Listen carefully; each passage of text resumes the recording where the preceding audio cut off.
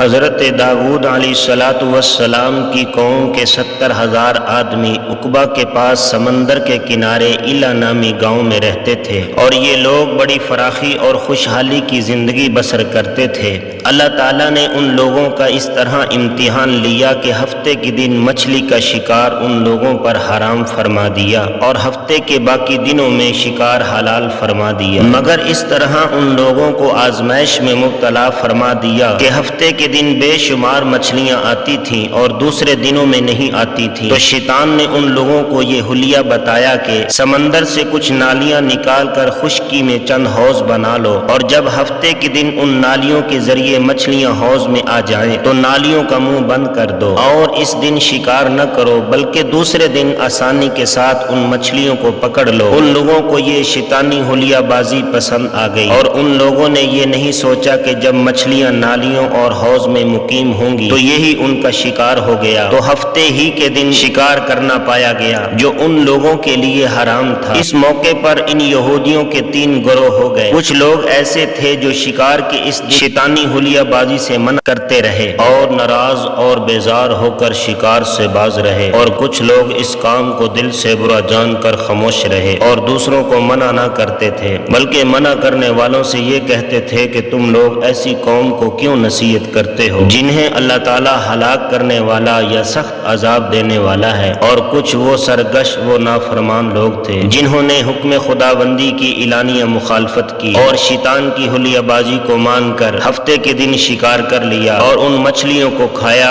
اور بیچا بھی۔ جب نافرمانوں نے منع کرنے والوں کے باوجود شکار کر لیا تو منع کرنے والی جماعت نے کہا کہ اب ہم ان مصیبت کاروں سے کوئی میل ملاپ نہ رکھیں گے۔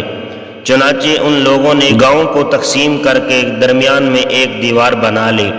اور آمد و رفت کا ایک الگ دروازہ بھی بنا لیا۔ حضرت داؤد علیہ السلام غضبناک ہو کر شکار کرنے والوں پر لعنت فرمائی۔ اس کا اثر یہ ہوا کہ اس دن خطا کاروں میں سے کوئی باہر نہ نکلا، تو انہیں دیکھنے کے لیے کچھ لوگ دیوار پر چڑھ گئے تو کیا دیکھا کہ وہ سب بندروں کی صورت میں ہو گئے تھے۔ اب لوگ ان مجرموں کا دروازہ کھول کر اندر داخل ہوئے تو وہ بندر اپنے رشتہ داروں کو پہچانتے تھے اور ان کے پاس آ کر ان کے کپڑوں کو سونگھتے تھے اور زاروں زار روتے تھے، مگر لوگ ان بندر بن جانے والوں کو نہیں پہچانتے تھے۔ ان بندر بن جانے والوں کی تعداد 12,000 تھی۔ یہ سب 3 دن تک زندہ رہے اور اس درمیان میں کچھ بھی کھا پی نہ سکے، بلکہ یوں ہی بھوکے پیاس سب کے سب ہلاک ہو گئے۔ شکار سے منع کرنے والا گروہ ہلاکت سے سلامت رہا، اور صحیح قول یہ ہے کہ دل سے برا جان کر خاموش رہنے والوں کو بھی اللہ تعالیٰ نے ہلاکت سے بچا لیا۔